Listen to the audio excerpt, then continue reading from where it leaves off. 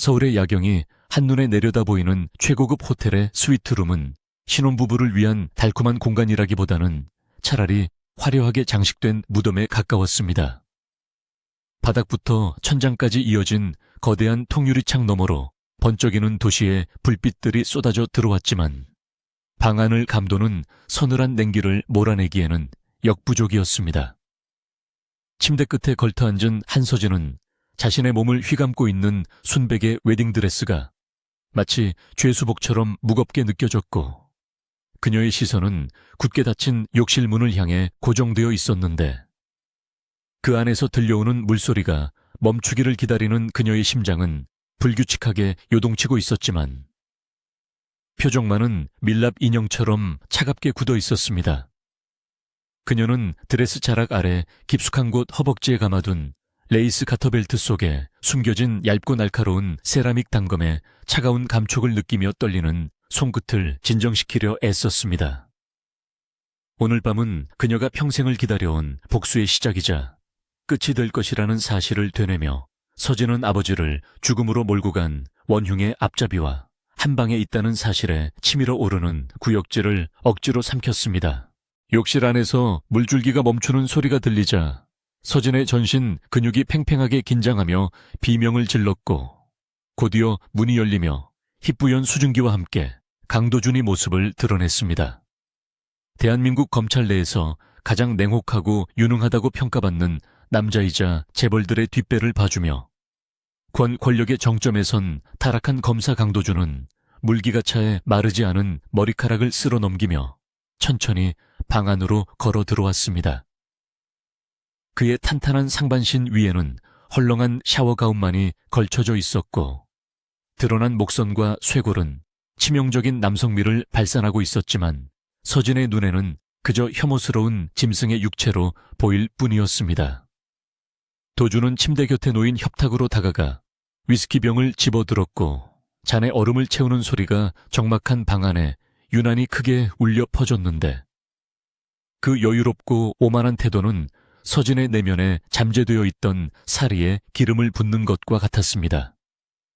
그는 서진이 자신을 죽일 준비를 하고 있다는 사실은 꿈에도 모르는 사람처럼 태연하게 잔을 흔들며 창밖을 응시했습니다. 서진은 숨을 죽인 채 도준의 등을 노려보며 천천히 자리에서 일어났고 드레스의 풍성한 자락이 바닥에 끌리는 소리조차 나지 않도록 조심스럽게 발을 옮겼습니다. 그녀가 지난 3년 동안 해외의 낯선 훈련장에서 익힌 암살 기술은 오로지 이 순간을 위해 존재했던 것이었고 그녀는 자신이 실패할 경우 닥쳐올 끔찍한 후폭풍 따위는 생각하지 않기로 했습니다. 도준이 위스키 잔을 입에 가져다 대며 고개를 살짝 뒤로 젖히는 순간 서진은 드레스 사이로 손을 뻗어 순식간에 단검을 뽑아들었고 망설임 없이 그의 목덜미를 향해 날카로운 흉기를 내리꽂았습니다. 공기를 가르는 파열음이 들릴 정도로 빠르고 정확한 일격이었지만 그 칼날이 목표물에 닿기 직전 믿을 수 없는 일이 벌어졌습니다. 창밖을 보고 있던 도준이 마치 등 뒤에 눈이라도 달린 것처럼 몸을 비스듬히 틀어 서진의 손목을 낚아챘던 것입니다. 강철 같은 악력이 그녀의 손목을 옥죄어 오자 서진은 고통에 신음하며 중심을 잃고 비틀거렸습니다. 도준은 당황한 기색조차 없이 서진의 손목을 비틀어 단검을 바닥에 떨어뜨리게 만들었고 반동을 이용해 그녀를 거칠게 침대 위로 밀어 넘어뜨렸습니다. 순식간에 공수가 뒤바뀐 상황에서 도준은 서진의 양손목을 한 손으로 제압하여 머리 위로 고정시키고 그녀의 몸 위로 올라타 압박했습니다. 서진은 격렬하게 저항하며 몸부림쳤지만 남자의 압도적인 힘 앞에서는 무력할 뿐이었고 그녀의 거친 숨소리와 헝클어진 머리카락은 처참한 패배를 증명하는 듯했습니다. 가까이에서 마주한 도준의 눈동자는 소문대로 감정이 없는 심연처럼 깊고 어두웠으며 방금 전 살해 위협을 받았음에도 불구하고 그의 맥박은 놀라울 정도로 차분해 보였습니다. 그는 분노나 공포 대신 기이할 정도로 차가운 이성으로 서진을 내려다보며 입가에 비릿한 미소를 머금었는데 그것은 사냥감이 덫에 걸린 것을 확인한 사냥꾼의 여유와도 닮아 있었습니다. 서진은 그를 향해 침이라도 뱉어주고 싶었지만 턱을 우악스럽게 잡아채는 그의 손길에 고개가 들려 그럴 수 없었습니다. 이대로 경비원들이 들이닥치고 감옥으로 끌려가게 될 것이라. 예상했던 서진의 생각과는 달리 도주는 아무런 조치도 취하지 않은 채 그저 그녀를 빤히 응시하기만 했습니다. 도주는 서진의 귓가에 입술을 가져가더니 연인에게 사랑을 속삭이듯 나지막하고 은밀한 목소리로 말을 건넸습니다. 당신의 그 알량한 복수심이 고작 이 정도였냐고 묻는 그의 목소리에는 조롱 섞인 비웃음이 담겨 있었지만 동시에 묘한 긴장감이 서려 있었습니다. 그는 서진의 귓불을 스치듯 지나가며 이 방의 모든 곳에 눈과 귀가 있다는 사실을 알고 있냐고 물었고 그 말에 서진의 동공이 지진이라도 난 듯 흔들렸습니다. 도주는 천천히 고개를 들어 침대 헤드보드 위쪽에 숨겨진 초소형 렌즈와 천장의 화재 감지기 속에 매립된 도청장치를 눈짓으로 가리켰습니다. 서진은 그제야 자신이 얼마나 무모하고 어리석은 짓을 저지를 뻔했는지 깨닫고 등골이 오싹해지는 공포를 느꼈습니다. 만약 그녀가 도준을 죽였다면 그 장면은 고스란히 생중계되어 그녀뿐만 아니라 그녀의 남은 가족들까지 파멸로 몰고 갔을 것입니다. 도준은 서진의 손목을 놓아주는 대신 검지손가락을 자신의 입술에 가져다 대며 조용히 하라는 신호를 보냈고 침대 옆 협탁에 놓인 태블릿 PC를 집어들어 화면을 켰습니다. 그는 화면에 미리 준비해둔 문구를 띄워 서진의 눈앞에 들이밀었는데 그곳에는 대한그룹 장 회장이 당신과 나를 감시하고 있다는 내용과 함께 오늘 밤 우리가 싸우거나 죽이는 모습을 보인다면 내일 아침 당신의 동생은 사고사로 위장되어 시신으로 발견될 것이라는 섬뜩한 경고가 적혀 있었습니다. 서진은 턱끝까지 차오르는 공포와 분노에 몸을 떨며 도준을 올려다보았지만 그는 여전히 냉정한 표정으로 태블릿 화면을 넘겼습니다. 다음 화면에는 놀랍게도 장 회장의 비자금 장부 일부와 그가 서진의 아버지를 살해하라고 지시하는 육성 녹음 파일에 파형이 떠 있었고 이는 도준이 단순히 장 회장의 개가 아니라는 것을 증명하는 결정적인 증거였습니다. 서진은 혼란스러운 머릿속을 정리하려 애쓰며 눈앞의 남자가 도대체 무슨 꿍꿍이를 가지고 있는지 파악하려 했습니다. 강도준은 침대에서 내려와 헝클어진 가운을 정리하고는 바닥에 떨어진 세라믹 단검을 주워들어 조명 아래서 이리저리 살펴보았습니다. 그는 꽤 날카롭게 잘 갈린 칼날이라며 칭찬인지 비아냥인지 모를 말을 던지고는 다시 서진에게 다가와 칼자루를 그녀의 손에 쥐어주었습니다. 도준은 서진의 손을 감싸 쥐며 지금 당장 나를 죽인다고 해서 당신의 복수가 완성되는 것은 아니며 오히려 진정한 원수는 웃으며 당신의 장례식에 참석할 것이라고 차갑게 일갈했습니다. 그리고는 태블릿에 새로운 문장을 입력하여 보여주었는데 그 문장은 서진의 심장을 꿰뚫는 듯한 충격을 안겨주었습니다.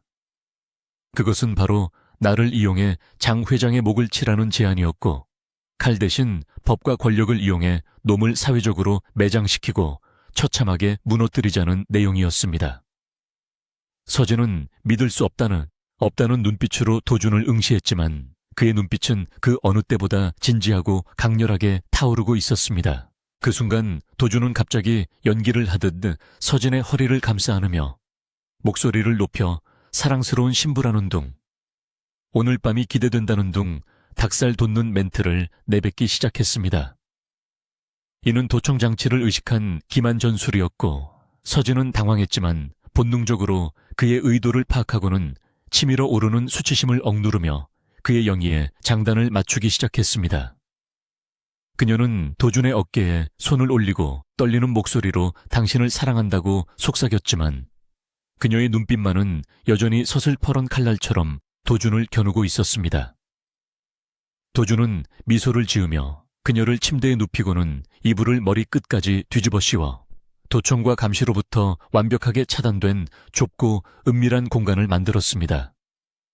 칠흑 같은 어둠 속에서 두 사람의 거친 숨결이 얽히고 설켰고 도주는 서진의 귀에 입술을 바짝 붙인 채 더 이상 연기가 아닌 진심을 담아 속삭였습니다.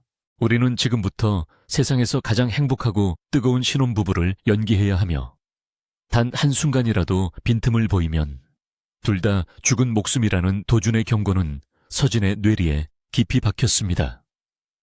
그는 자신이 지난 10년 동안 짐승의 탈을 쓰고 장 회장의 밑에서 굴욕을 견뎌온 이유가 오직 그를 가장 높은 곳에서 떨어뜨리기 위함이었다고 고백하며 서진에게 동맹을 제안했습니다.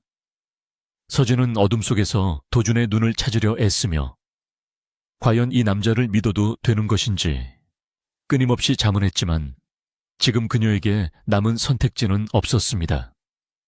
홀로 계란으로 바위 치듯 무모하게 덤비다 죽거나 아니면 악마와 손을 잡고 더 큰 악마를 처단하거나 둘 중 하나였습니다. 서진은 땀으로 젖은 도준의 손을 꽉 잡으며 그 제안을 받아들이겠다는 신호로 그의 손바닥에 손톱을 3개 박아 넣었습니다.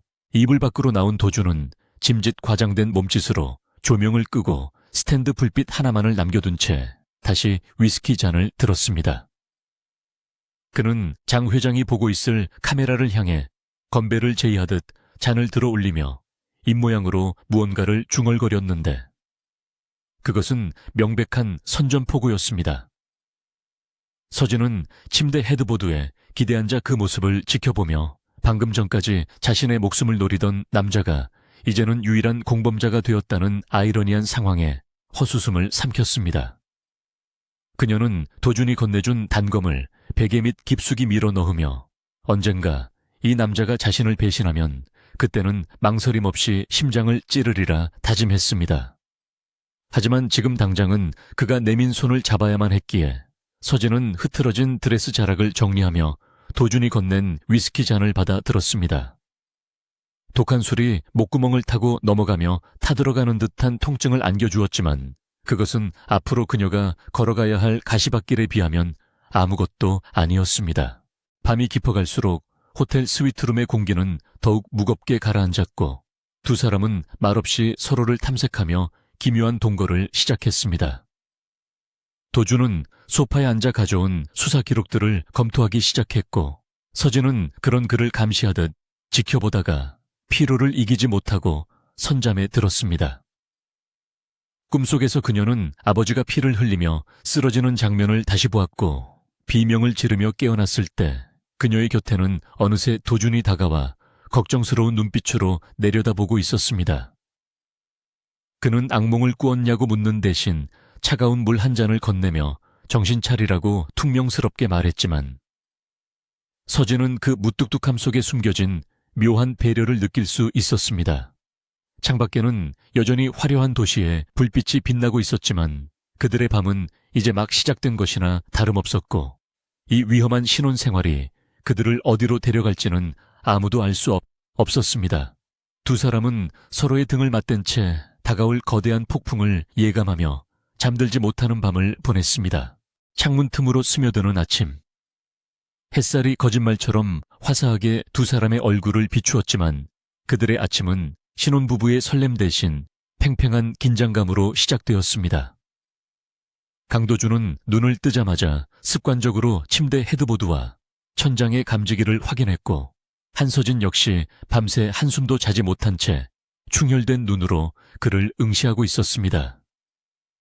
도준은 검지손가락을 입술에 대며 조용히 하라는 신호를 보낸 뒤 일부러 큰 소리로 잘 잤냐고 물으며 서진의 이마에 입을 맞추는 신용을 했습니다.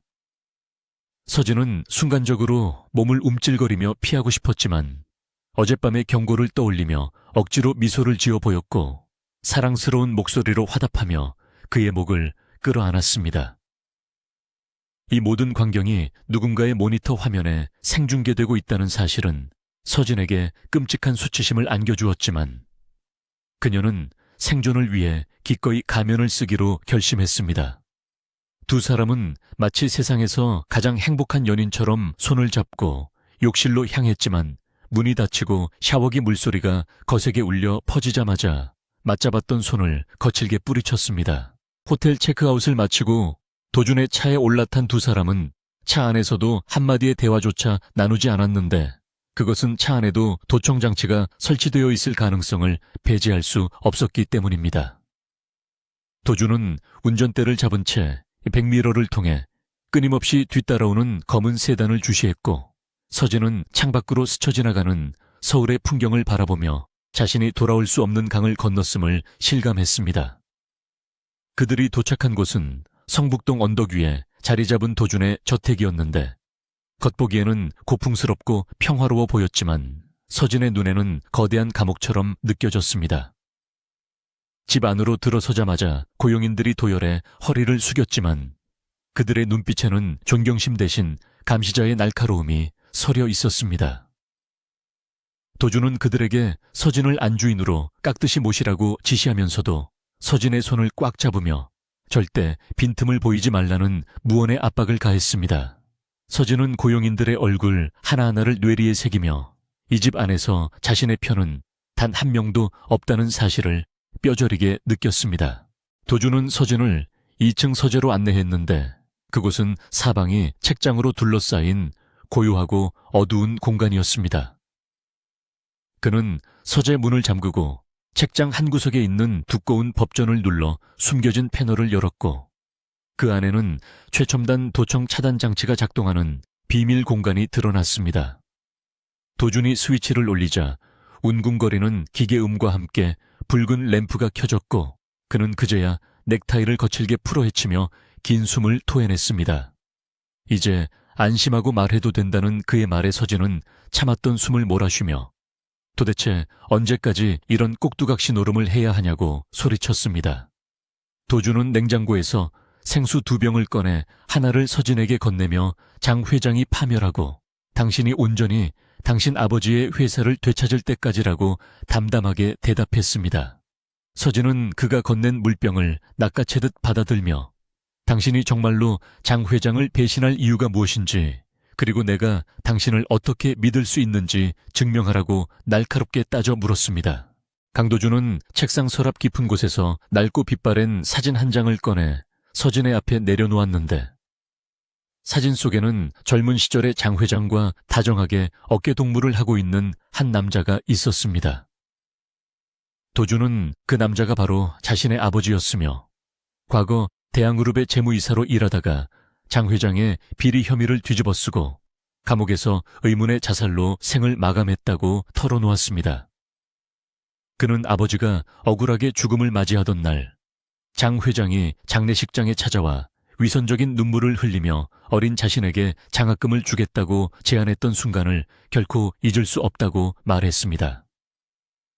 도준의 눈동자에는 지난 10년간 억눌러왔던 증오와 분노가 이글거리고 있었고 서진은 그제야 이 남자가 왜 그토록 철저하게 악의 하수인 노릇을 자처했는지 이해할 수 있었습니다. 그는 복수를 위해 자신의 영혼을 팔아치웠고 원수의 신뢰를 얻기 위해 가장 더럽고 추악한 일들을 도맡아 처리하며 때를 기다려왔던 것입니다. 서진은 도준의 고백을 들으며 그동안 그를 향해 품었던 맹목적인 적개심이 조금씩 허물어지는 것을 느꼈지만 여전히 의심의 끈을 완전히 놓을 수는 없었습니다. 그녀는 만약 당신의 말이 사실이라 해도 우리가 장 회장이라는 거대한 괴물을 상대로 이길 승산이 있냐고 물었고 도준은 벽면을 가득 채운 화이트보드에 커튼을 젖혔습니다. 그곳에는 장 회장을 중심으로 정적의 주요 인물들의 관계도와 비자금 이동 경로 그리고 약점들이 빽빽하게 적혀 있었는데 이는 도준이 검사 생활 내내 목숨을 걸고 수집해온 방대한 자료들이었습니다. 도준은 자신에게는 칼자루가 있지만 그것을 휘두를 명분과 겉으로 내세울 깨끗한 얼굴이 필요하다며 서진에게 자신의 방패이자 파트너가 되어달라고 요청했습니다. 서진은 그 복잡한 도표들을 훑어보며 이 남자가 단순히 감정에 휘둘리는 복수기가 아니라 치밀하고 냉철한 전략가라는 사실을 깨닫고 전율을 느꼈습니다. 그날 이후 두 사람은 철저한 이중 생활을 시작했는데 낮에는 세상 부러울 것 없는 다정한 신혼부부를 연기하고 밤에는 비밀 공간에 틀어박혀 작전 회의를 하는 기이한 나날이 이어졌습니다. 그들은 백화점 명품관을 돌아다니며 쇼핑을 즐기고 자선 파티에 참석해 환한 미소로 카메라 세례를 받았지만 그 모든 것은 장 회장의 의심을 피하기 위한 연막작전에 불과했습니다. 도주는 서진의 허리를 감싸고 다정하게 귓속말을 하는 척하며 주변 인물들의 신상 정보와 약점을 속삭여 주었고, 서진은 사랑에 빠진 여자의 눈빛을 연기하며 그 정보를 머릿속에 입력했습니다. 처음에는 어색하고 불편했던 스킨십도 점차 생존을 위한 본능적인 호흡으로 변해갔고, 두 사람은 말하지 않아도 서로의 의도를 파악할 수 있는 경지에 이르게 되었습니다. 하지만 화려한 조명 뒤에 숨겨진 피로감은 그들의 육체와 정신을 서서히 갉아먹고 있었고, 매 순간이 살얼음판을 걷는 듯 단 위태로움의 연속이었습니다. 어느 날 밤 서진은 도준이 건네준 재무제표를 검토하다가 장 회장이 운영하는 유령 회사들의 자금 흐름에서 미세한 패턴을 발견했습니다. 그녀는 경영 수업을 받으며 익혔던 회계 지식을 총동원하여 도준이 미처 파악하지 못했던 자금 세탁의 허점을 찾아냈고, 흥분된 목소리로 이를 도준에게 설명했습니다. 도준은 서진의 날카로운 분석력에 감탄하며 자신이 그동안 놓치고 있던 퍼즐 조각이 맞춰지는 것을 느꼈고, 처음으로 그녀를 보호해야 할 대상이 아닌 동등한 능력을 갖춘 동료로 인식하게 되었습니다. 두 사람은 머리를 맞대고 밤새도록 자료를 분석하며 구체적인 공격 계획을 세웠는데, 좁은 공간에서 서로의 숨소리가 들릴 만큼 가까이 앉아 있음에도 불구하고 묘한 동질감과 신뢰가 싹트기 시작했습니다. 서진은 일에 몰두한 도준의 옆모습을 훔쳐보며 냉혹한 검사라는 가면, 뒤에 숨겨진 그의 고독과 상처를 어렴풋이 짐작할 수 있었습니다. 하지만 그들의 비밀스러운 공조는 예기치 못한 위기를 맞이했는데, 집안일을 돕는 아주머니 중 한 명이 서재문에 귀를 대고 엿듣는 장면을 도준이 목격한 것입니다. 도준은 즉시 문을 열고 나가 아주머니를 거칠게 추궁하는 대신 바닥에 일부러 와인잔을 깨뜨리며 실수한 척 연기를 펼쳤습니다. 그는 아주머니에게 깨진 유리를 치우라고 호통치며 자연스럽게 상황을 무마했지만, 아주머니가 나간 뒤 그의 표정은 순식간에 싸늘하게 굳어졌습니다. 도준은 서진에게 집 안에 있는 모든 사람이 잠재적인 스파이임을 다시 한번 상기시키며 앞으로는 비밀 공간 안에서도 목소리를 낮춰야 한다고 경고했습니다. 서진은 등골이 서늘해지는 공포를 느끼며 자신이 얼마나 위험한 곳에 발을 들여놓았는지 다시금 깨달았고, 도준의 빠른 상황 판단력과 대처 능력이 없었다면 이미 발각되었을 것이라는 사실에 안도하면서도 그에게 의지할 수밖에 없는 자신의 처지를 자조했습니다. 며칠 후 장 회장으로부터 초대장이 도착했는데, 그것은 대한그룹 창립 기념 파티이자 정재계 거물들이 총출동하는 사교계의 가장 큰 행사였습니다. 도준은 초대장을 서진에게 보여주며 이 파티야말로 우리가 처음으로 대중 앞에 공식적으로 나서는 데뷔 무대이자 장 회장이 우리를 시험하는 첫 번째 관문이 될 것이라고 말했습니다. 그는 서진에게 파티장에서 반드시 접촉해야 할 인물들의 리스트를 건네주며 실수는 용납되지 않는다고 못 박았습니다. 서진은 초대장을 쥔 손에 힘을 주며 떨리는 마음을 다잡았는데, 이번 파티에서 자신의 존재감을 증명하지 못하면 도준과의 동맹도, 그리고 아버지의 복수도 물거품이 될 것이라는 사실을 누구보다 잘 알고 있었기 때문입니다. 그녀는 거울 속에 비친 자신의 창백한 얼굴을 바라보며 나약한 피해자가 아닌 복수의 화신으로 다시 태어나겠다고 다짐했습니다. 파티 당일 저녁 도준은 드레스룸에서 서진의 드레스 지퍼를 올려주며 거울을 통해 그녀의 눈을 응시했습니다. 순백의 드레스 대신 핏빛처럼 붉은 벨벳 드레스를 입은 서진은 그 어느 때보다 매혹적이고 위험해 보였고, 도준은 그런 그녀의 모습에서 묘한 전율을 느꼈습니다. 그는 서진의 목에 화려한 다이아몬드 목걸이를 걸어주며 당신은 오늘 밤 가장 아름답고 치명적인 무기가 되어야 한다고 속삭였습니다. 서진은 도준의 넥타이를 고쳐 매주며 당신이야말로 흔들리지 말고 내 곁을 지키라고 대답했는데 그 순간 두 사람 사이에는 묘한 기류가 흘렀습니다. 그것은 단순한 비즈니스 파트너 이상의 감정인지 아니면 극한 상황에서 오는 긴장감 때문인지 알 수 없었지만 두 사람은 서로의 온기를 느끼며 잠시나마 불안감을 잊을 수 있었습니다. 준비를 마치고 현관을 나서는 두 사람의 뒷모습은 비장하기 그지없었고 그들을 기다리는 검은 리무진은 마치 전장으로 향하는 전차처럼 보였습니다. 도주는 차문을 열어주며 서진의 손을 잡았고 서진은 망설임 없이 그의 손을 맞잡으며 차갑게 식어있던 손끝에 온기가 도는 것을 느꼈습니다. 이제 그들은 호랑이 굴로 걸어 들어가는 것이나 다름없었지만 혼자가 아니라는 사실이 그들에게 기이한 용기를 불어넣어 주었습니다.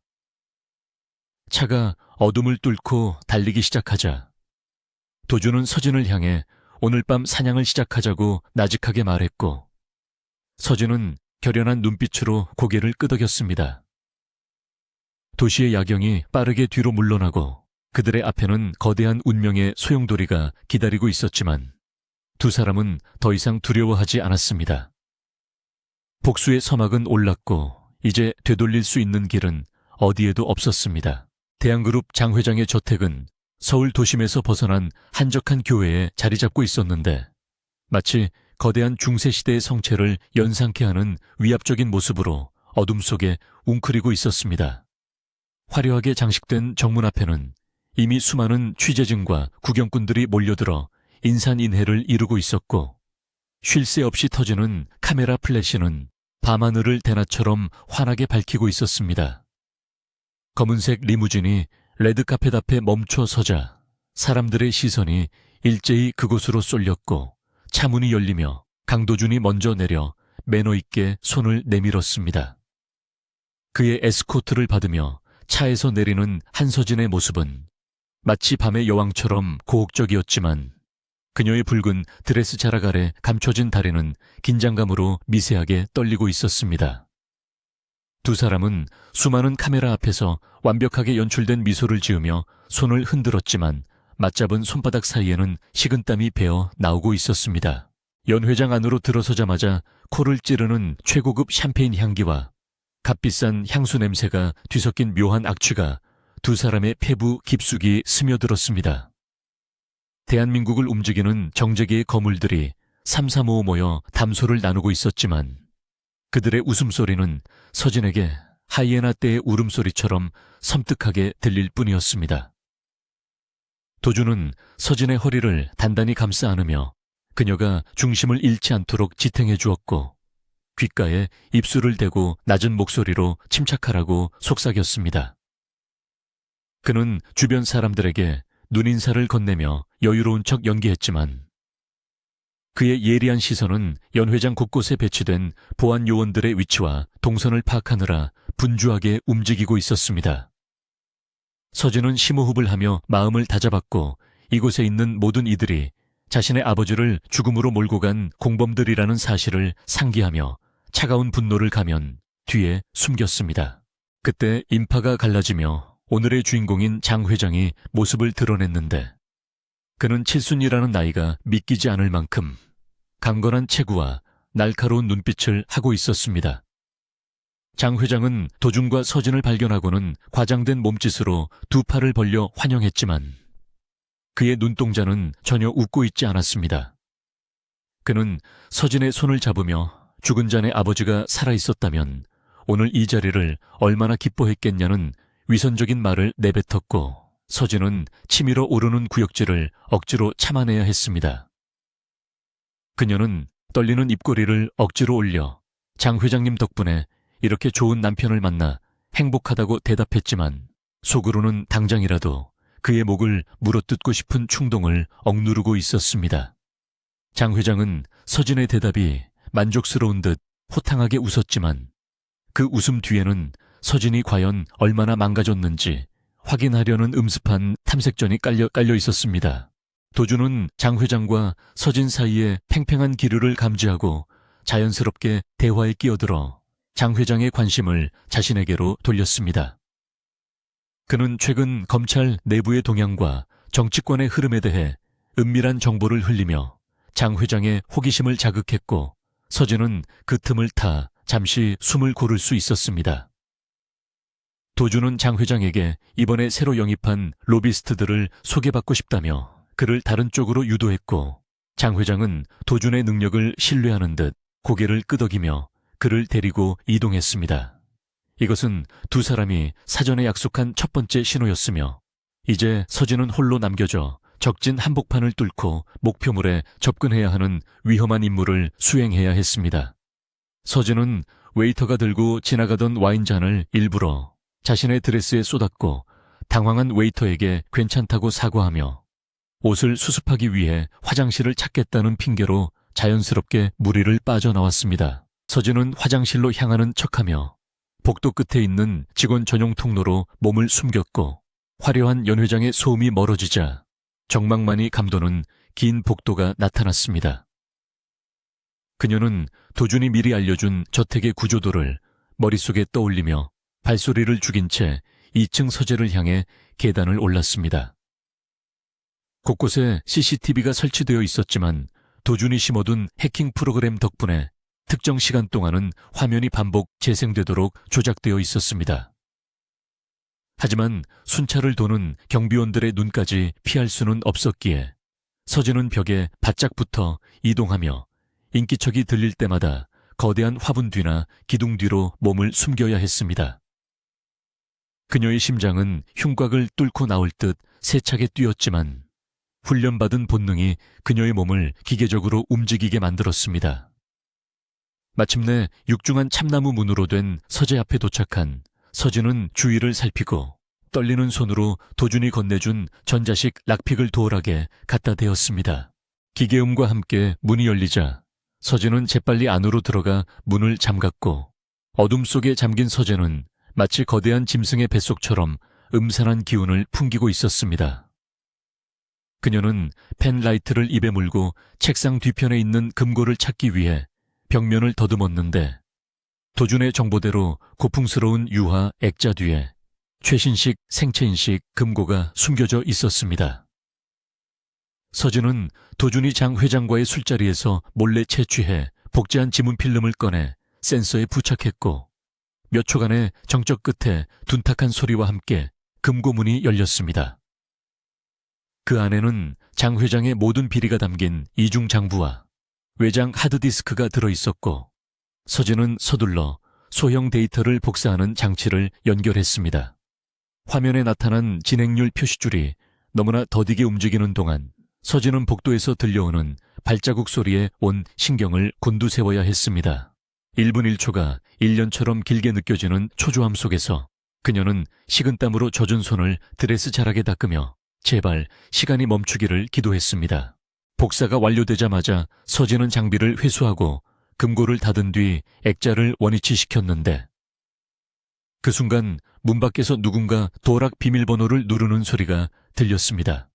서진은 쏘스라치게 놀라며 책상 밑으로 몸을 숨기려 했지만 이미 문이 열리고 건장한 체격의 남자가 안으로 들어서고 있었습니다. 그는 장 회장의 그림자로 불리는 경호 실장이었는데 예리한 눈빛으로 어두운 서재를 훑어보다가 미세하게 흐트러진 카펫의 주름을 발견하고는 서진이 숨어있는 책상 쪽으로 천천히 다가왔습니다. 서진은 숨조차 쉬지 못한 채 단검을 쥐고 있는 손에 힘을 주었고 만약 발각된다면 그를 죽이고 탈출해야 할지 아니면 항복해야 할지 짧은 순간 수만 가지 생각을 했습니다. 경호실장의 구두 발소리가 바로 코앞에서 멈추자 서진은 질끈 눈을 감으며 최악의 상황을 대비했습니다. 그때 갑자기 서재의 문이 쾅 하고 열리며 술에 취한 듯 비틀거리는 도준이 큰 소리로 서진의 이름을 부르며 들어왔습니다. 그는 경호실장이 서진을 발견하기 직전에 시선을 자신에게로 돌리게 만들었고 경호실장은 당황하여 도준을 제지하려 했습니다.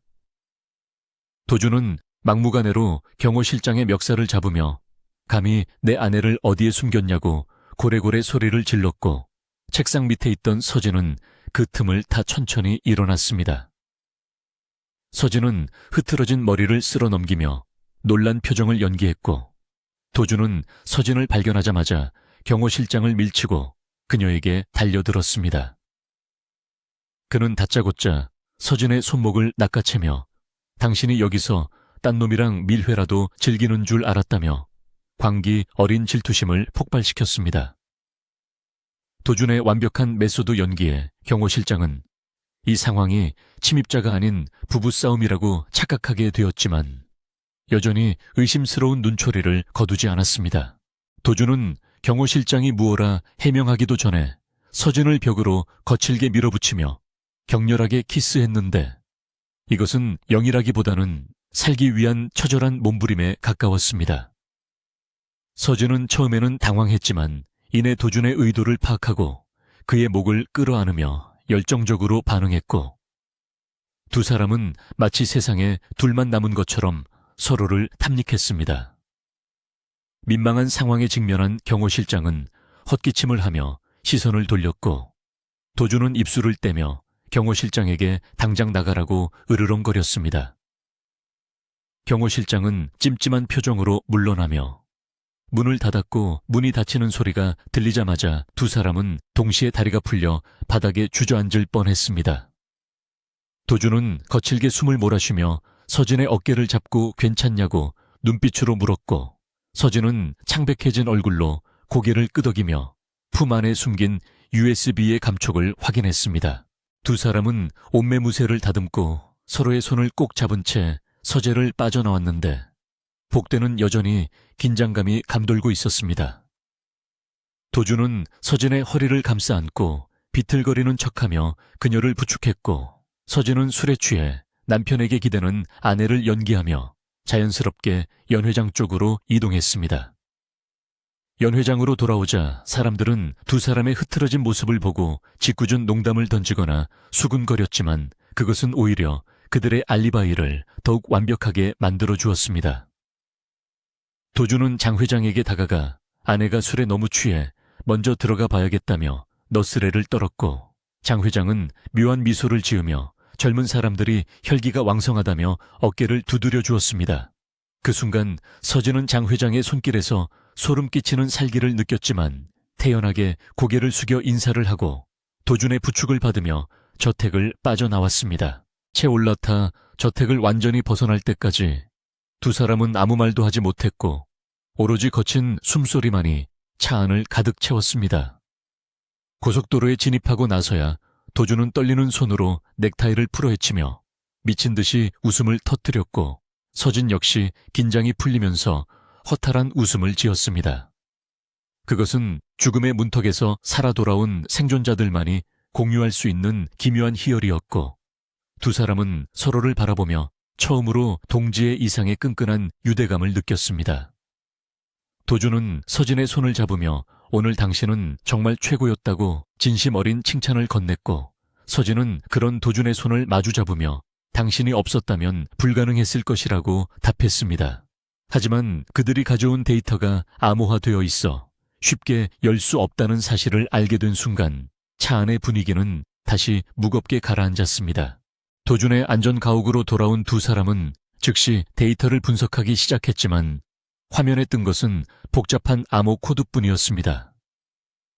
서진은 좌절감에 머리를 감싸 쥐었지만 도준은 침착하게 화면을 응시하며 이것은 단순한 암호가 아니라 특정 열쇠가 있어야만 풀 수 있는 이중보안 장치라고 설명했습니다.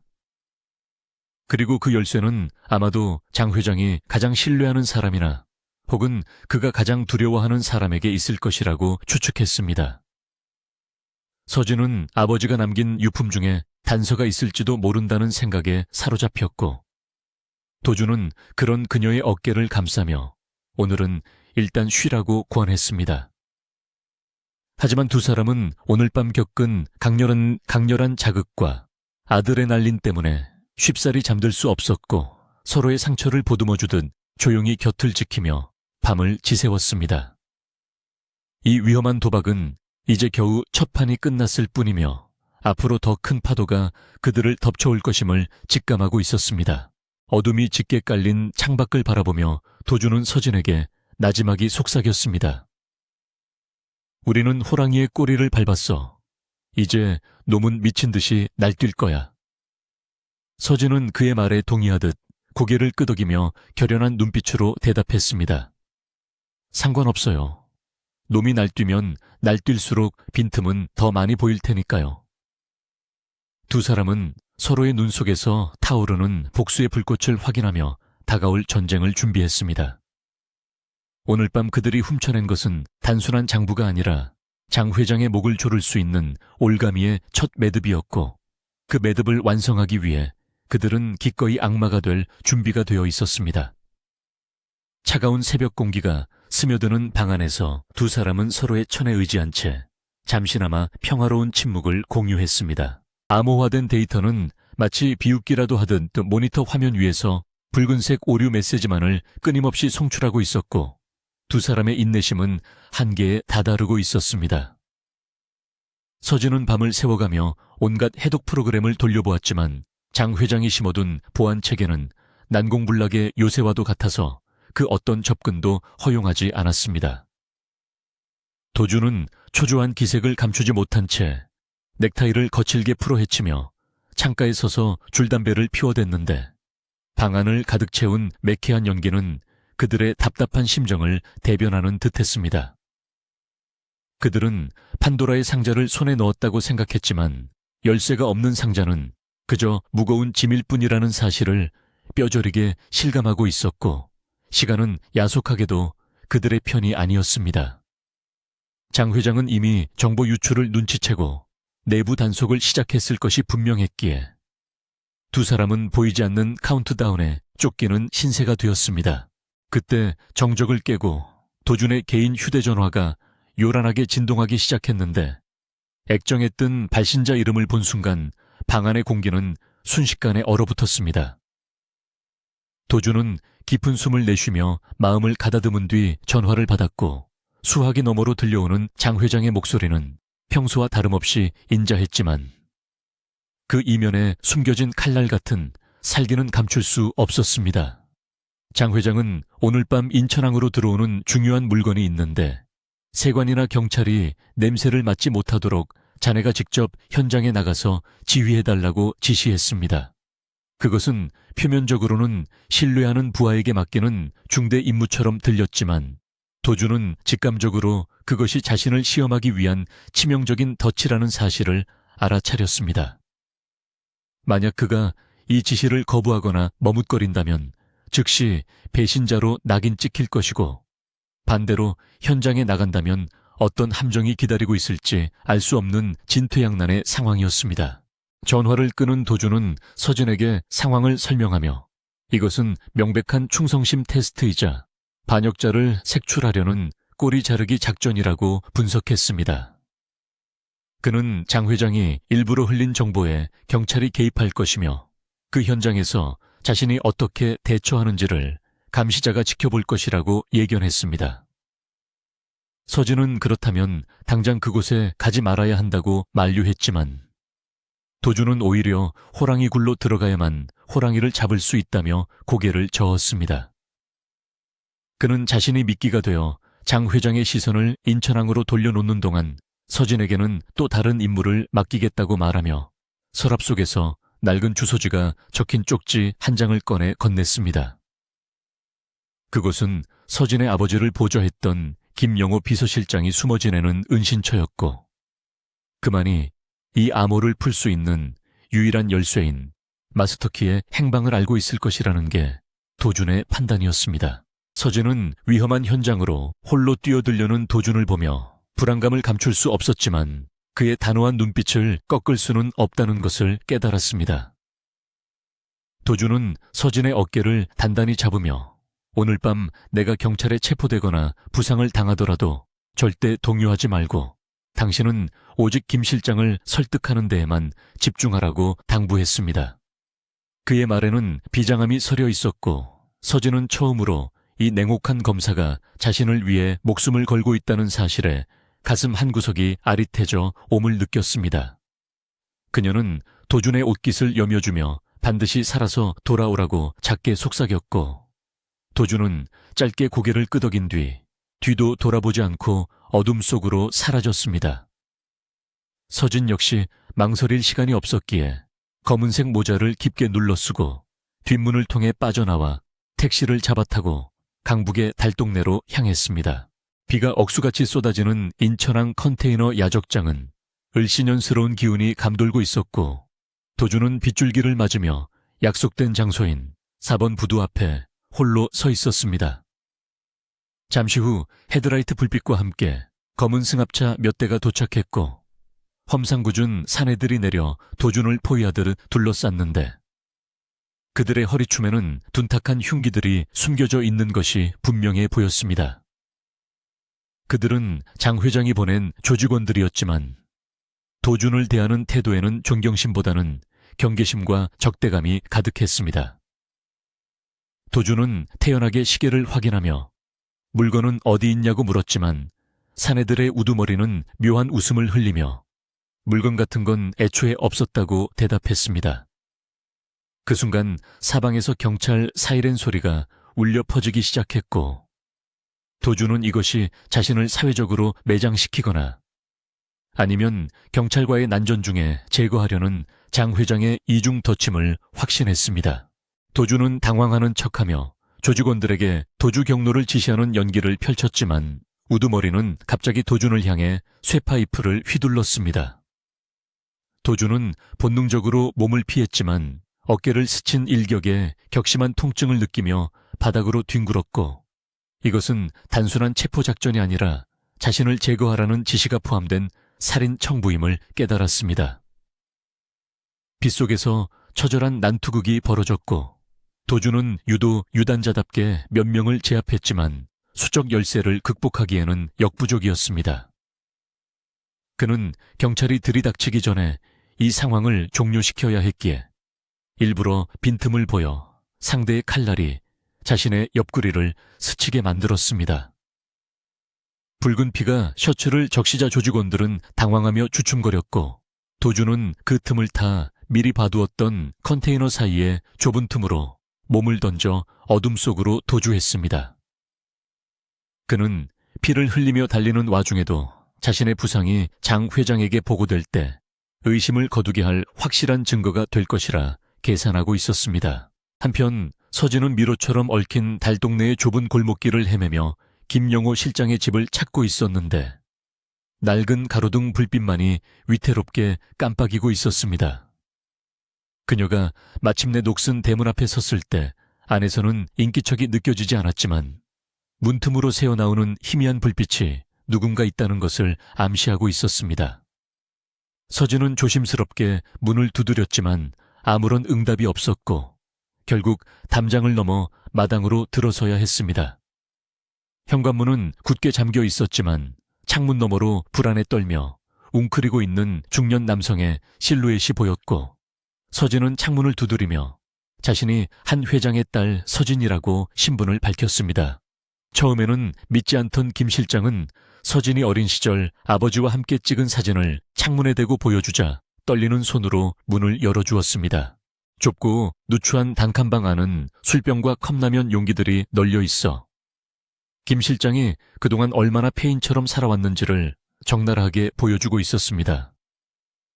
그는 서진을 보자마자 바닥에 무릎을 꿇고 오열하며 회장님을 지키지 못한 죄인을 용서해달라고 빌었지만 서진의 눈에는 그런 그의 모습이 안타까움보다는 분노로 다가왔습니다. 서진은 차갑게 그를 내려다보며 사과는 필요 없고 아버지의 복수를 위해 장 회장의 장부를 열 수 있는 암호키를 내놓으라고 요구했습니다. 김 실장은 공포에 질린 눈으로 장 회장이 알면 자신은 물론 서진까지 죽일 것이라며 고개를 저었지만 서진은 이미 우리는 목숨을 걸었다며 그를 몰아붙였습니다. 그녀는 도준이 목숨을 걸고 시간을 벌어주고 있다는 사실을 상기시키며 당신이 비겁하게 숨어있는 동안 누군가는 피를 흘리고 있다고 일갈했고 그 말에 김 실장의 흔들리는 눈동자가 고정되었습니다. 도준은 상처를 움켜쥔 채 빗속을 뚫고 안전가옥이 아닌 자신의 비밀 아지트인 외딴 창고로 몸을 숨겼습니다. 그는 떨리는 손으로 지혈제를 뿌리고 붕대를 감으며 신음소리를 삼켰는데 고통보다 더 그를 괴롭히는 것은 장 회장의 의심이 완전히 거두어졌을지에 대한 불안감이었습니다. 그는 피 묻은 휴대전화를 꺼내 장 회장의 비서실장에게 전화를 걸어 함정에 빠졌지만 경찰을 따돌렸고 물건은 확인하지 못했다고 보고했습니다. 비서실장은 도준의 부상 소식을 듣고 잠시 침묵하더니 고생했다는 짧은 말과 함께 장 회장님이 내일 아침에 보자는 전원을 남기고 전화를 끊었습니다. 도준은 벽에 기대어 안도의 한숨을 내쉬었고 적어도 오늘 밤은 넘겼다는 생각에 긴장이 풀리며 정신이 혼미해지는 것을 느꼈습니다. 서진이 창고에 도착했을 때 도준은 고열에 시달리며 의식을 잃어가고 있었고 바닥에는 피 묻은 거즈들이 어지럽게 널려 있었습니다. 서진은 경악하며 그에게 달려가 상태를 살폈는데 옆구리의 상처는 생각보다 깊었고 벌어진 살점 사이로 피가 계속해서 배어 나오고 있었습니다. 그녀는 병원에 가야 한다고 소리쳤지만 도준은 희미하게 눈을 뜨며 병원에 가면 경찰이 알게 되고 모든 것이 끝장이라며 고개를 저었습니다. 서진은 눈물을 삼키며 구급 상자를 열어 그가 미처 처치하지 못한 상처를 봉합하기 위해 바늘과 실을 준비했습니다. 마취제도 없이 생사를 꿰매야 하는 상황에서 도준은 서진의 손을 잡으며 괜찮으니 어서 하라고 재촉했고 서진은 떨리는 손을 진정시키며 바늘을 찔러 넣었습니다. 도준이 고통을 참느라 이를 악물고 신음을 흘릴 때마다 서진의 심장은 찢어지는 듯 아팠고 그녀는 이 남자가 자신을 위해 얼마나 큰 희생을 치르고 있는지를 뼈저리게 느꼈습니다. 상처 봉합이 끝나고 땀에 젖은 도준의 얼굴을 닦아주며 서진은 그동안 그를 의심하고 이용하려 했던 자신의 이기심을 반성하게 되었습니다. 그녀는 잠든 도준의 머리카락을 쓸어 넘기며 그가 더 이상 복수의 도구가 아니라 자신의 인생에서 가장 소중한 사람으로 자리 잡았음을 인정하지 않을 수 없었습니다. 도준은 고열 속에서도 헛소리처럼 서진의 이름을 부르며 도망치라고 중얼거렸고 그 모습은 서진의 굳어있던 마음을 완전히 무너뜨렸습니다. 그녀는 도준의 손을 잡고 밤새 그의 곁을 지키며 이 남자를 위해서라도 반드시 장 회장을 무너뜨리겠다고 다짐했습니다. 새벽녘이 되어서야 도준의 열이 내리기 시작했고 그는 힘겹게 눈을 뜨며 걱정스럽게 자신을 바라보는 서진과 마주했습니다. 서진은 김 실장에게서 받아온 마스터키가 담긴 USB를 도준에게 보여주며 우리가 이겼다고 말했지만 목소리는 울먹이고 있었습니다. 도준은 희미한 미소를 지으며 서진의 뺨에 손을 올렸고 서진은 그 손길에 얼굴을 비비며 참았던 눈물을 터뜨렸습니다. 두 사람 사이에는 더 이상 거짓된 연극이나 계산된 침묵은 존재하지 않았고 오직 생사를 함께 넘나든 전우애와 그보다 더 깊은 애틋함만이 흐르고 있었습니다. 도준은 힘겹게 몸을 일으키며 이제 방역할 시간이라고 말했고 서진은 그를 부축하며 끝까지 함께하겠다고 약속했습니다. 아침 햇살이 창고의 틈새로 스며들 때 두 사람은 USB를 노트북에 연결했고 마침내 장 회장의 이중장부가 암호를 풀고 그 추악한 실체를 드러내기 시작했습니다. 화면 가득 쏟아지는 비리 내역과 불법 자금 세탁의 증거들은 대한민국을 뒤흔들기에 충분한 폭발력을 가지고 있었습니다. 도준은 상처의 통증도 잊은 채 모니터를 응시하며 승리의 확신을 가졌고 서진은 아버지의 억울한 누명을 벗길 수 있다는 희망에 전율했습니다. 하지만 그들은 이것이 끝이 아니라 더 거대하고 위험한 전쟁의 시작임을 알고 있었기에 섣불리 샴페인을 터뜨리지 않았습니다. 장 회장은 도준의 부상을 확인하는 순간 잠시 의심을 거두겠지만 곧이어 도준이 살아 돌아온 것에 대해 또 다른 검증을 시도할 것이 분명했습니다. 도준은 서진에게 오늘부터 우리는 더욱 완벽한 가면을 써야 한다고 강조하며 자신의 부상을 철저히 숨기거나 혹은 다른 사고로 위장해야 한다고 계획을 수정했습니다. 그는 장 회장과의 조찬 모임에 참석하여 부상 투혼을 연기하며 그를 안심시키는 동시에 뒤로는 이 자료들을 언론과 검찰 수뇌부에 동시에 터뜨릴 타이밍을 잡아야 한다고 설명했습니다. 서진은 도준의 치밀함에 다시 한번 감탄하며 그의 계획에 전적으로 따르겠다고 동의했습니다. 이제 두 사람은 서로의 등 뒤를 맡길 수 있는 진정한 파트너로 거듭났고 그들의 복수는 개인적인 원한을 넘어 정의를 실현하는 거룩한 싸움으로 변모해가고 있었습니다. 창고 문을 나서기 전 도주는 서진을 돌아보며 나지막이 말했습니다. 당신이 없었다면 난 어젯밤 그 빗속에서 죽었을지도 몰라. 서진은 고개를 저으며 대답했습니다. 아니요. 당신이 없었다면 전 이미 오래전에 죽었을 거예요. 두 사람은 서로를 바라보며 짧지만 강렬한 시선을 교환했고 그 눈빛 속에는 말로 다 할 수 없는 깊은 신뢰와 사랑이 담겨 있었습니다. 비가 그친 뒤에 하늘은 맑게 개어 있었지만 그들의 앞길에는 여전히 먹구름이 드리워져 있었고 그들은 맞잡은 손을 놓지 않은 채 폭풍 속으로 다시 걸어 들어갔습니다. 이제 남은 것은 장 회장의 목을 겨누는 마지막 일격뿐이었습니다. 태풍이 지나간 듯한 고요함이 감도는 안전 가옥 거실에서 강도주는 식은땀을 흘리며 소파에 기대어 있었고 한서진은 그의 곁에서 끊임없이 물수건을 갈아주며 불안한 밤을 보내고 있었습니다. 장 회장의 의심을 피하기 위해 제대로 된 치료조차 받지 못한 도준의 상처는 붉게 부어올라 있었지만 그는 신음소리 한 번 내지 않고 모니터 화면에 집중하며 다음 수를 계산하고 있었습니다. 그때 정적을 찢는 날카로운 벨소리가 울려 퍼졌고 발신자 표시 제한으로 걸려온 전화를 받은 도준의 표정이 순식간에 잿빛으로 변했습니다. 도준이 심어둔 정보원으로부터 김영호 실장의 은신처가 발각되어 장 회장의 해결사들이 급파되었다는 긴급한 보고가 들어왔던 것입니다. 김 실장은 장 회장의 숨통을 끊을 수 있는 결정적인 증언을 해줄 유일한 생존자였기에 그가 제거된다면 그동안 두 사람이 목숨 걸고 준비한 모든 계획은 물거품이 될 위기에 처했습니다. 도준은 끓어오르는 분노를 억누르며 비틀거리는 몸을 일으켜 재킷을 집어들었지만 극심한 통증 때문에 균형을 잃고 다시 소파로 주저앉아야 했습니다. 서진은 그런 도준을 가로막으며 지금 그 몸 상태로 나가는 것은 자살 행위나 다름없다고 소리쳤고 자신이 직접 가서 김 실장을 데려오겠다고 나섰습니다.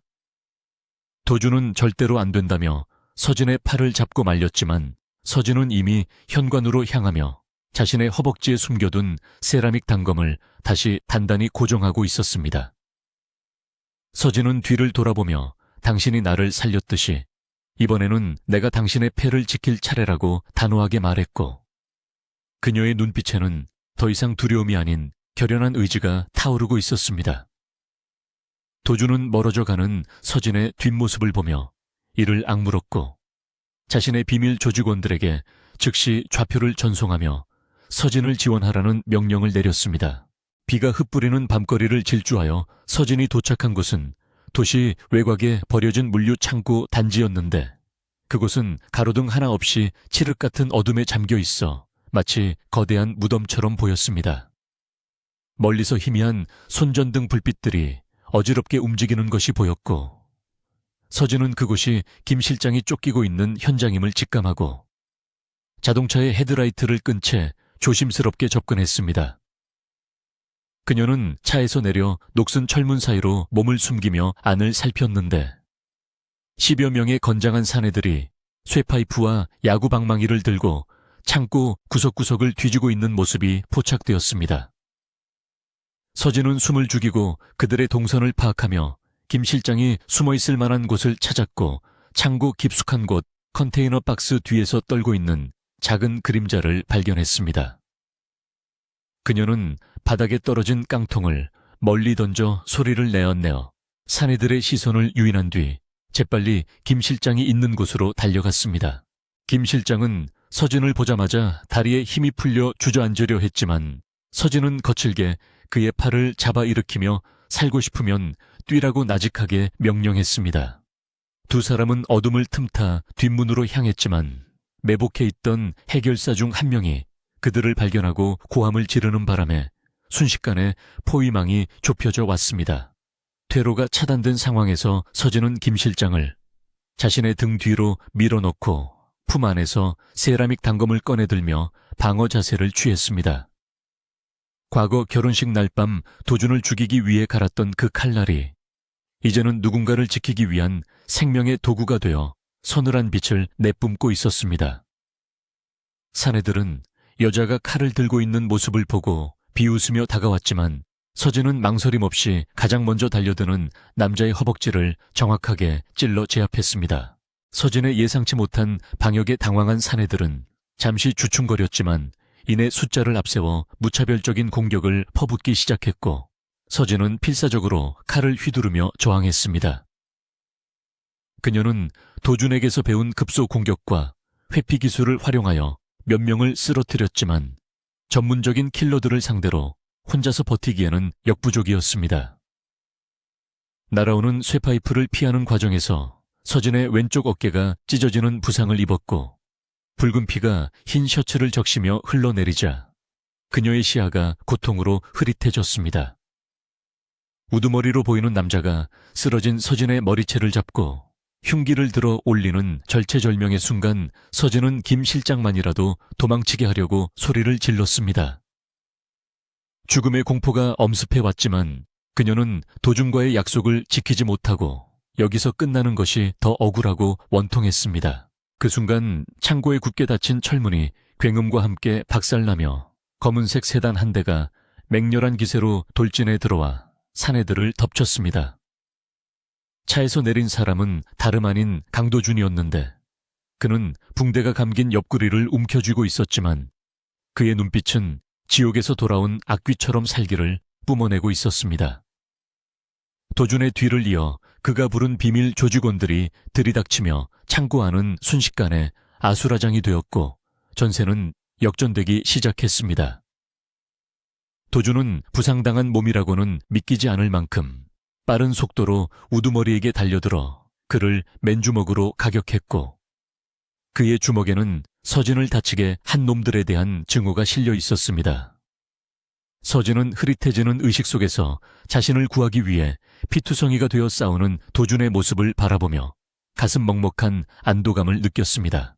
치열했던 난투극은 도준의 압도적인 무력과 조직원들의 지원 덕분에 제압되었고 바닥에는 신음하는 해결사들이 질비하게 널려 있었습니다. 상황이 종료되자마자 도준은 거칠게 숨을 몰아쉬며 서진에게 달려왔고 그녀의 찢어진 어깨 상처를 확인하는 그의 손길은 덜덜 떨리고 있었습니다.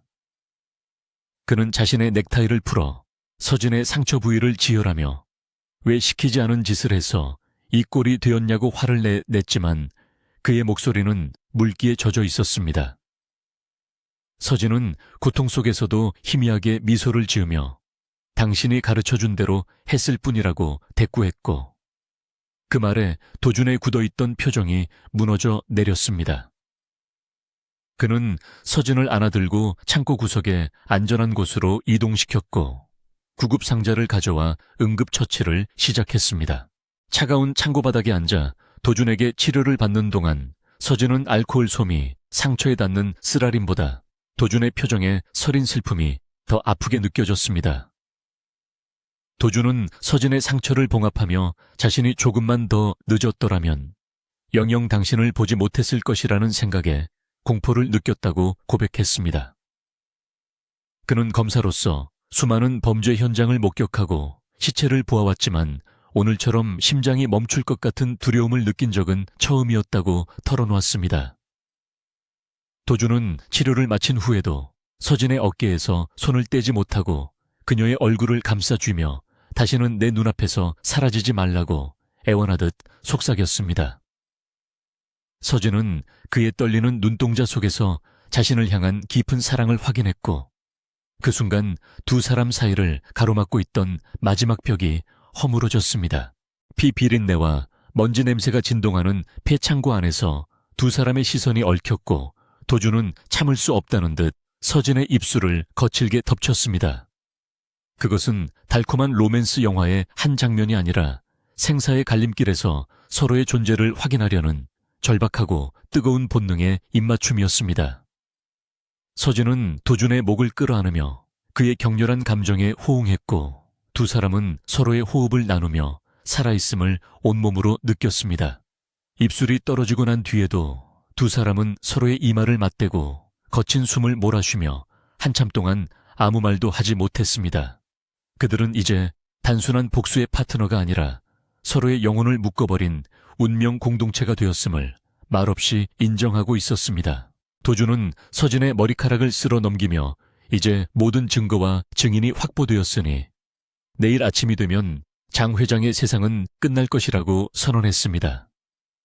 그는 서진의 손을 잡고 자신의 가슴에 가져다 대며 당신이 흘린 피 한 방울까지 모두 계산해서 놈에게 돌려주겠다고 맹세했습니다. 서진은 도준의 가슴에서 느껴지는 강한 심장 박동에 안도하며 이제 더 이상 혼자 싸우지 않아도 된다는 사실에 깊은 위로를 받았습니다. 밖에서는 경찰차의 사이렌 소리가 들려오기 시작했고 도준의 부하들이 현장을 정리하고 김 실장을 안전한 곳으로 피신시키는 동안 두 사람은 서로를 부축하며 일어섰습니다. 찢어진 드레스와 피 묻은 셔츠를 입은 그들의 모습은 처참했지만 그 어느 때보다 강인하고 아름다워 보였습니다. 창고를 나서는 두 사람의 등 뒤로 동이 터오기 시작했고 붉은 여명이 그들의 얼굴을 비추며 다가올 최후의 결전을 예고하고 있었습니다. 도준은 서진의 손을 꽉 잡으며 준비됐어 라고 짧게 물었고 서진은 흔들림 없는 눈빛으로 언제든지요 라고 대답했습니다. 이제 그들은 칼과 법 그리고 서로에 대한 믿음을 무기로 장 회장이 쌓아 올린 견고한 성을 무너뜨리러 가는 길이었고 그 길 끝에 무엇이 기다리든 함께라면 두렵지 않았습니다. 두 사람은 차에 올라타며 백미러를 통해 무너진 창고를 바라보았고 그것은 마치 곧 붕괴될 대한그룹의 미래를 보여주는 듯했습니다. 엔진 소리와 함께 차가 출발하자 서진은 창밖을 보며 아버지에게 마음속으로 속삭였습니다. 조금만 기다려요. 이제 다 끝났어요. 대한그룹의 긴급 주주총회가 열리는 대회의장은 수많은 취재진과 정재계 인사들로 발 디딜 틈 없이 꽉 들어차 있었고 공기 중에는 팽팽한 긴장감이 감돌고 있었습니다. 단상 위의 선장 회장은 자신의 건재함을 과시하듯 자신만만한 표정으로 마이크를 잡고 회사의 새로운 비전을 발표하고 있었지만 그것은 곧 무너질 모래성에 불과했습니다. 그는 자신이 저지른 모든 불법 행위가 완벽하게 은폐되었다고 믿고 있었으며 어젯밤 도준이 보고한 허위 정보 덕분에 안심하고 승리의 샴페인을 터뜨릴 준비를 하고 있었습니다. 하지만 회장의 연설이 절정에 달해 장내에 박수 소리가 울려 퍼지려는 찰나 회의장의 육중한 문이 굉음과 함께 열리며 찬물을 끼얹듯 정적이 찾아왔습니다.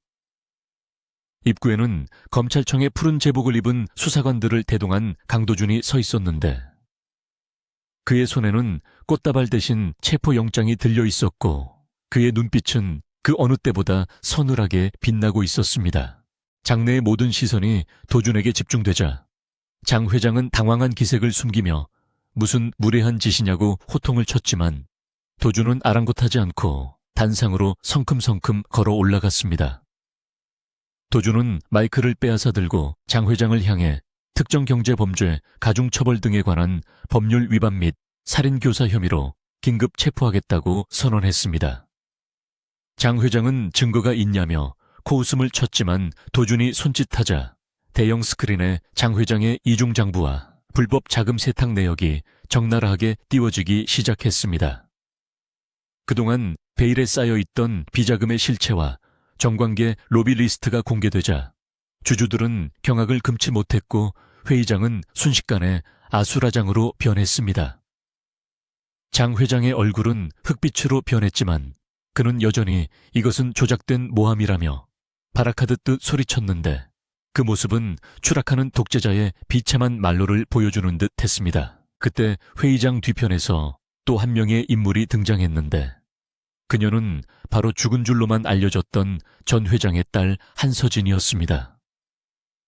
서진은 상복을 연상케 하는 검은색 정장을 입고 결연한 표정으로 걸어 들어왔는데 그녀의 등장은 장 회장에게 사형 선고나 다름없는 충격을 안겨주었습니다.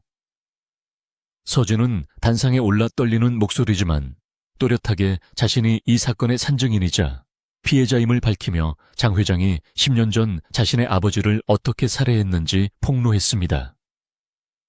그녀의 증언과 함께 스크린에는 김영호 실장의 녹취록과 당시 사고 현장에 조작된 증거들이 재생되었고 장 회장의 추악한 민낯이 전 국민에게 생중계되었습니다.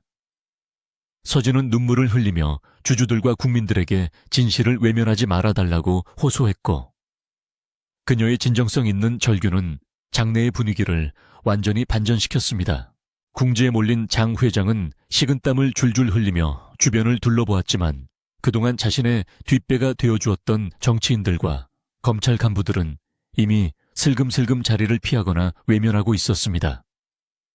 믿었던 권력에 카르텔이 붕괴되는 것을 목격한 장 회장은 이성적인 판단력을 잃고 숨겨두었던 사설 경호원들에게 신호를 보냈습니다. 회의장 곳곳에 잠복해 있던 경호원들이 연막탄을 터뜨리며 난입하자 현장은 비명과 혼란으로 가득 찼고 장 회장은 그 틈을 타 비상구로 몸을 숨겼습니다. 도주는 미리 예상했다는 듯 서진의 손을 잡고 그를 추격하기 시작했는데 두 사람은 수많은 인파를 뚫고 달리면서도 잡은 손을 절대 놓지 않았습니다. 이제 법의 심판은 내려졌고 남은 것은 도망치는 짐승의 목덜미를 무는 마지막 사냥뿐이었습니다. 장 회장은 준비해둔 도주 차량을 타고 인천항으로 향했는데 그는 미리 섭외해둔 밀항선을 타고 공해상으로 빠져나갈 계획이었습니다. 도준과 서진은 차를 몰고 그 뒤를 바짝 쫓았는데 도심을 가로지르는 추격전은 마치 액션 영화의 한 장면처럼 치열하고 위험천만했습니다. 도준은 핸들을 꺾으며 무전을 통해 해경에게 항만 봉쇄를 요청했고 서진은 조수석에서 장 회장의 예상 이동 경로를 분석하며 도준에게 지름길을 안내했습니다. 두 사람은 말하지 않아도 손발이 척척 맞는 완벽한 호흡을 보여주었고 그들의 목표는 오직 하나, 장 회장이 이 땅을 벗어나지 못하게 하는 것이었습니다. 마침내 인천항의 컨테이너 야적장에 도착했을 때 붉은 노을이 바다를 피처럼 물들이고 있었고 장 회장의 차는 막다른 부두 끝에 멈춰 서 있었습니다. 배가 아직 도착하지 않은 것을 확인한 장 회장은 차에서 내려 바다를 향해 절망적인 고함을 질렀고 뒤이어 도착한 도준과 서진이 차에서 내려 천천히 그를 향해 걸어갔습니다. 장 회장은 품에서 권총을 꺼내 두 사람을 겨누며 다가오면 쏘겠다고 위협했지만 그의 손은 공포로 인해 심하게 떨리고 있었습니다. 도준은 눈 하나 깜짝하지 않고 침착하게 걸음을 옮기며 당신의 시대는 끝났으니 그만 포기하라고 차갑게 일갈했습니다. 서진 역시 도준의 곁에 나란히 서서 장 회장을 노려보며 당신이 뺏어간 모든 것을 되찾으러 왔다고 당당하게 말했습니다. 더 이상 도망칠 곳도 도와줄 사람도 없는 장 회장은 벼랑 끝에 몰린 늙은 늑대처럼 초라해 보였고 그의 오만했던 권력은 파도 소리에 묻혀 사라져가고 있었습니다. 도준은 장 회장과의 거리를 좁히며 과거 그가 자신에게 했던 말들을 그대로 돌려주었는데 그것은 가장 잔인하고도 확실한 복수였습니다.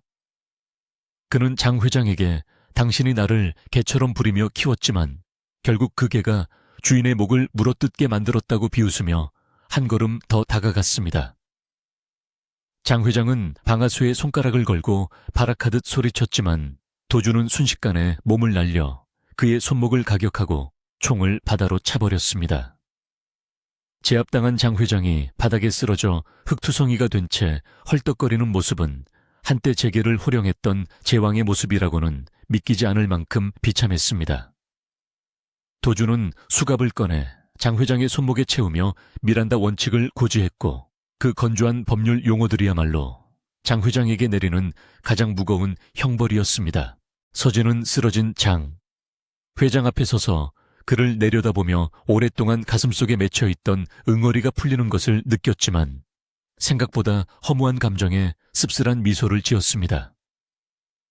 장 회장은 서진을 올려다보며 비굴하게 목숨만은 살려달라고 애원했지만 서진은 차갑게 고개를 돌리며 법의 심판을 달게 받으라고 대답했습니다.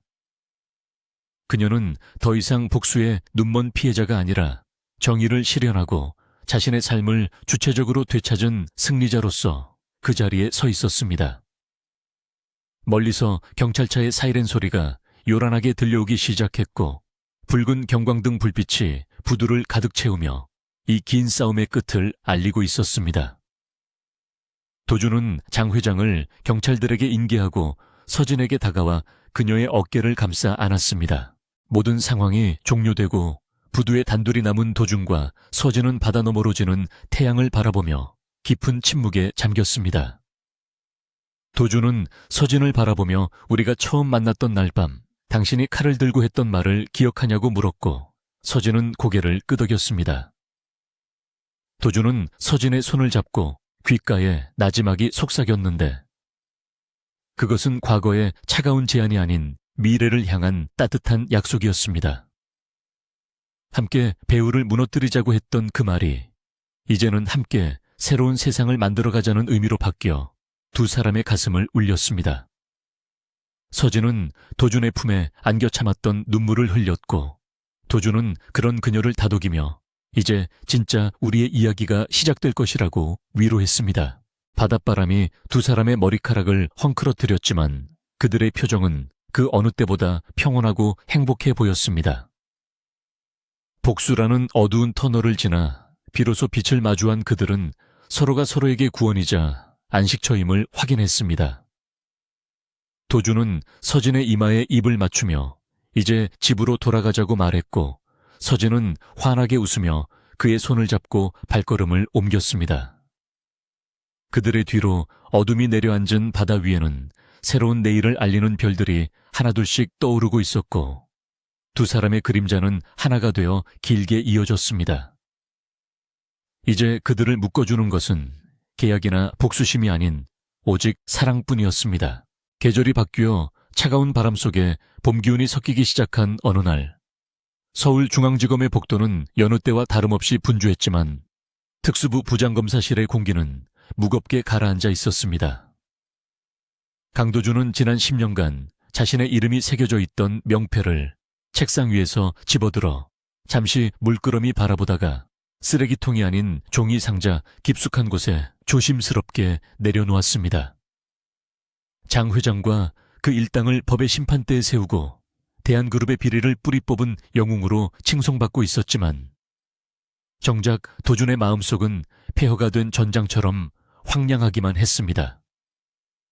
그는 자신이 정의를 실현하기 위해 선택했던 방식들이 결코 떳떳하지 못했으며 괴물을 잡기 위해 스스로 괴물이 되어버린 자신을 용서할 수 없었습니다. 도준은 짐을 정리한 상자를 들고 마지막으로 사무실을 둘러보며 이곳에서의 치열했던 시간들과 영원히 작별을 고했습니다. 사직서를 제출하고 검찰청 정문을 나서는 도준의 발걸음은 홀가분하기보다는 청음망은 무거웠고 쏟아지는 기자들의 플래시 세례를 피해 뒷문으로 빠져나와야 했습니다. 그는 누구에게도 알리지 않고 조용히 사라질 계획이었지만 마음 한구석에는 여전히 정리되지 않은 감정의 찌꺼기들이 남아 그를 괴롭히고 있었습니다. 핸드폰에 전원을 끄고 채 올라탄 도준은 목적지 없이 도심을 배회하다가 자신도 모르게 익숙한 길로 핸들을 꺾고 말았습니다.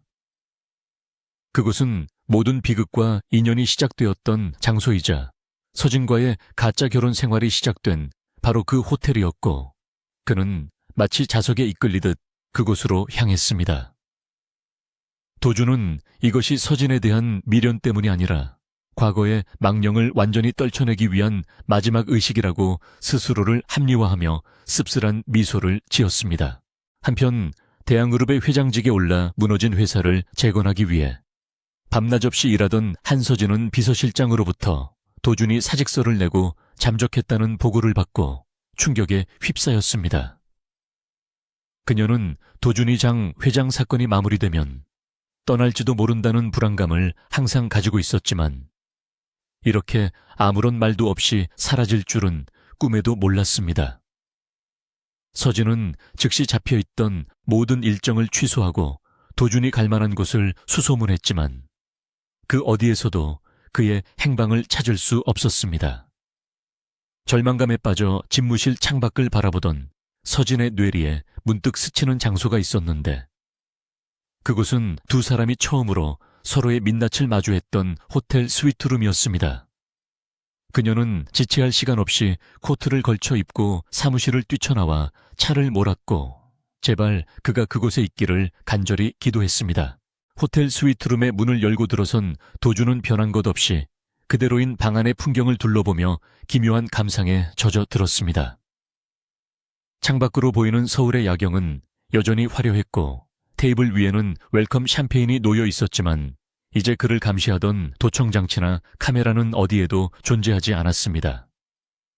그는 소파에 앉아 독한 위스키를 잔에 따르며 지난 몇 달간의 기억들을 주마등처럼 떠올렸는데 그 모든 순간의 중심에는 항상 서진이 있었습니다. 칼을 들고 덤비던 신부의 모습부터 피투성이가 되어 자신을 구하러 왔던 전사의 모습까지 그녀의 모든 얼굴이 도준의 가슴을 아리게 만들었습니다.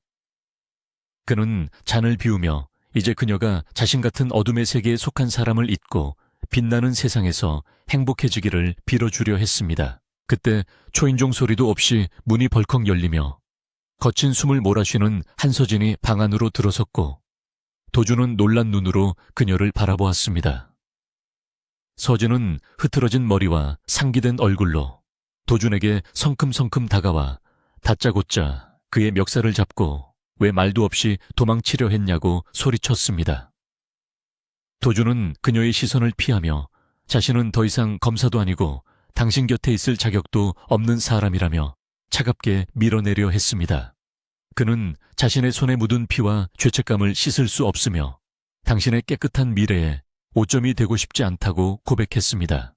하지만 서진은 물러서지 않고 도준의 뺨을 어루만지며 당신이 괴물이라면 나 또한 공범인데 어떻게 혼자만 도망칠 수 있냐고 눈물 섞인 목소리로 반박했습니다.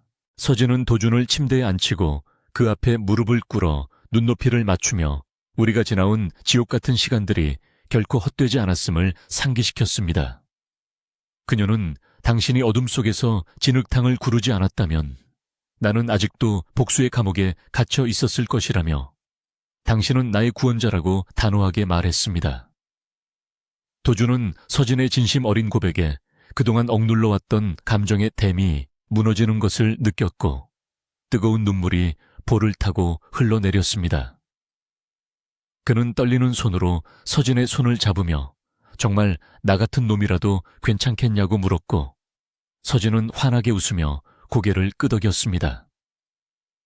두 사람은 서로를 끌어안고 한참 동안 흐느끼며 그동안의 상처와 아픔을 씻어내듯 서로의 천을 나누었습니다. 진정이 된 후 서진은 가방에서 작은 상자 하나를 꺼내 도준에게 내밀었는데 그 안에는 반짝이는 백금 반지 2개가 들어있었습니다. 그녀는 과거 이 방에서 당신을 죽이기 위해 칼을 숨겨왔었지만 오늘은 당신과 평생을 함께하기 위해 반지를 가져왔다고 말하며 수줍게 웃었습니다. 서진은 도준의 손가락에 반지를 끼워주며 비즈니스 파트너나 공범이 아닌 진짜 남편이 되어달라고 정식으로 프로포즈했습니다. 도준은 믿을 수 없다는 표정으로 자신의 손에 끼워진 반지를 바라보다가 서진의 손을 잡고 그녀의 손가락에도 반지를 끼워주었습니다. 그는 맹세하건대 남은 평생 당신만을 위해 살겠다고 다짐하며 서진의 입술에 조심스럽게 키스했습니다. 두 사람의 키스는 이전의 연극이나 절박함과는 다른 깊은 사랑과 신뢰가 담긴 달콤한 입맞춤이었고 방 안의 공기는 순식간에 로맨틱하게 변했습니다. 도준은 서진을 조심스럽게 침대에 눕히며 그녀의 눈을 깊이 응시했고 서진 역시 그를 받아들이며 사랑한다고 속삭였습니다. 창밖의 도시, 불빛이 별처럼 쏟아지는 가운데 두 사람은 서로의 몸과 마음을 온전히 하나로 섞으며 진정한 의미의 첫날 밤을 보냈습니다. 더 이상 감시자도 비밀도 거짓말도 없는 오직 두 사람만의 세상에서 그들은 서로의 이름을 부르며 깊은 밤을 유영했습니다. 과거의 고통은 희미해지고 그 자리에 새로운 희망과 사랑이 차오르는 것을 느끼며 그들은 지쳐 잠이 들었습니다. 다음 날 아침 커튼 사이로 스며드는 따스한 햇살에 눈을 뜬 서진은 자신의 곁에서 평온하게 잠든 도준의 얼굴을 바라보며 꿈이 아님을 확인했습니다. 그녀는 손을 뻗어 도준의 콧날을 장난스럽게 건드렸고 도준은 잠투정을 하듯 그녀를 품으로 끌어당겨 안았습니다. 아침 햇살을 받은 두 사람의 모습은 마치 갓 태어난 연인들처럼 싱그럽고 평화로워 보였고 방 안가득히 행복한 기운이 넘쳐 흘렀습니다. 도준은 눈을 뜨며 서진에게 굿모닝 인사를 건넸고 서진은 그의 품에 얼굴을 묻으며 세상에서 가장 행복한 미소를 지었습니다.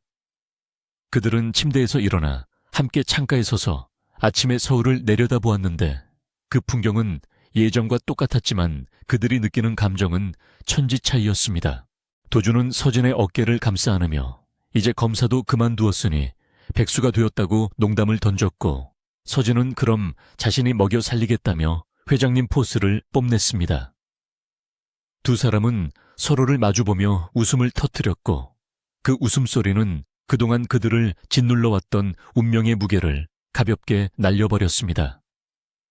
도준은 서진에게 앞으로 어떤 삶을 살고 싶냐고 물었고 서진은 거창한 목표보다는 그저 당신과 함께 밥을 먹고 산책하며 평범한 일상을 누리고 싶다고 대답했습니다. 도준은 그것이야말로 자신이 꿈꿔왔던 가장 큰 사치이자 행복이라며 그녀의 소박한 꿈을 반드시 지켜주겠다고 약속했습니다. 체크아웃을 하고 호텔 로비를 나서는 두 사람의 손에는 결혼 반지가 반짝이고 있었고 그들의 얼굴에는 여유와 자신감이 넘쳐 흘렀습니다. 호텔 앞에는 어느새 소문을 듣고 찾아온 기자들이 질를 치고 있었지만 두 사람은 더 이상 피하거나 숨지 않았습니다. 도준과 서진은 당당하게 손을 잡고 카메라 앞에 섰고 쏟아지는 질문 세례에도 미소를 잃지 않으며 서로를 바라보았습니다. 그들은 말없이 행동으로 보여주고 있었습니다. 우리는 모든 시련을 이겨내고 승리했으며 이제 그 누구도 우리를 갈라놓을 수 없다는 것을 세상에 선포하는 순간이었습니다. 채 올라탄 도준은 서진에게 어디로 갈지 물었고 서진은 바다가 보고 싶다고 말하며 동해로 떠나자고 제안했습니다. 도준은 흔쾌히 핸들을 꺾으며 고속도로를 향해 달렸고 탁 트인 도로 위를 질주하는 그들의 차는 자유를 향해 날아가는 새처럼 보였습니다.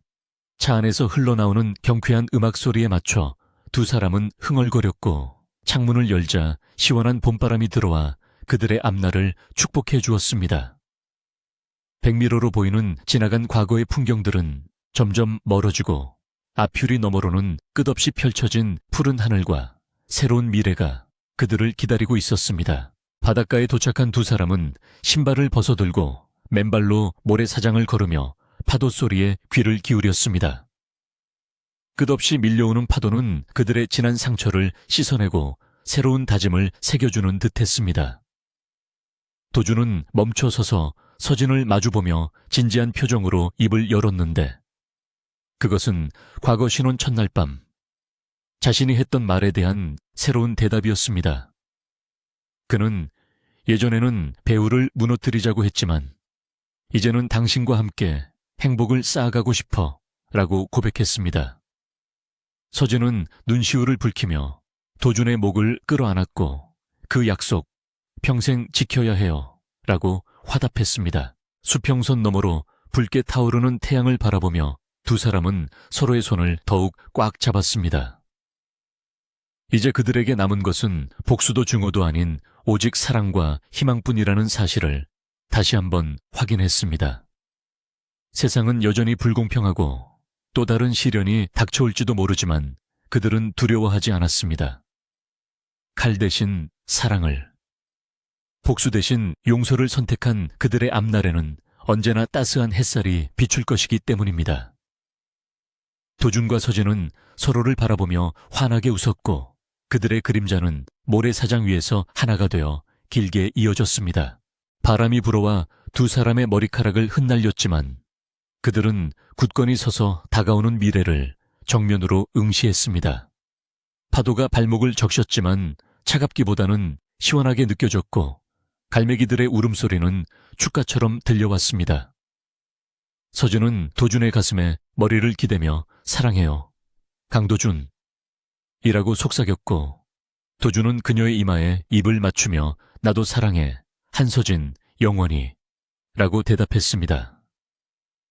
두 사람의 사랑 맹세는 바다의 파도 소리에 섞여 영원히 지워지지 않을 전설처럼 공명했습니다. 이야기는 여기서 끝이 나지만 그들의 삶은 이제 막 새로운 챕터를 시작하고 있었습니다. 어둠 속에서 피어난 사랑이라는 꽃은 그 어떤 꽃보다 강인하고 아름답게 만개하여 그들의 인생을 향기로 가득 채울 것입니다. 한때 서로에게 칼을 겨누었던 두 남녀는 이제 서로를 지키는 가장 든든한 방패가 되어 세상 속으로 당당하게 걸어 나갔습니다. 그들의 뒷모습은 석양 속의 아름다운 실루엣으로 남았고 세상의 모든 축복이 그들과 함께하기를 기원하며 이야기는 막을 내립니다.